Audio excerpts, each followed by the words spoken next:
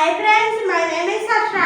I am studying 5th class. My school name is Vijay Jyoti English Medium School. My class teacher name is Jansi Mel. Today my project work is Telugu Telangana Prashna. Hi friends, my name is Ashli. I ask you questions. సుగుణలత స్వభావం ఏమిటి? వారిని విషయంలో ఆమె పెట్టిన షరతు ఏమిటి?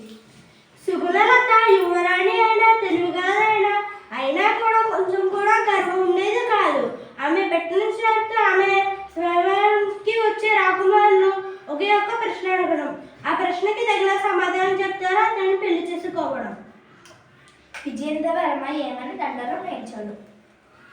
నా రాకుమార్తె సుగుణలత అడిగే ఒక ప్రశ్న ఆమె సమృద్ధి చెందే విధంగా సమాధానం చెప్పగలిగితే అతనితోనే నా రాకుమార్తె నుంచి వివాహం చేయడమే కాకుండా నా రాజ్యాన్ని కూడా ఇచ్చి పట్టాభిషేకం చేస్తానని విజేంద్ర వర్మ దండోరా వేయించాడు. సుగుణలత అడిగిన ప్రశ్న ఏమిటి? ఈ సృష్టిలో మీ జీవన కాల్సిన మిమ్మల్ని జీవితాంతం మిమ్మల్ని ప్రేమిస్తూ ఆదరించే గొప్పవారు ఎవరు చెప్పగలరా అని సుగుణలత ప్రశ్నించింది. సామాన్య యువకుడు చెప్పిన సమాధానం ఏమిటి? తల్లిదండ్రులు, భార్య, తోబుట్టువారు మనతో కొంతకాలం మాత్రమే ఉంటారు. మన జీవితాంతం మనం వెళ్ళంటే ఉండి పీల్చుకోవడానికి గాలి, తాగడానికి నీరు, జీవనాన్ని కొనసాగించడానికి వెలుతురు, అందించే వాయువు, వరుణ, సూర్యచంద్రుడు మరియు భూమాత కంటే ఈ ప్రపంచంలో ఎవరో లేరు, మానవుడికి ఎవరో లేరు అని ఆ యువకుని సమాధానం చెప్పాడు.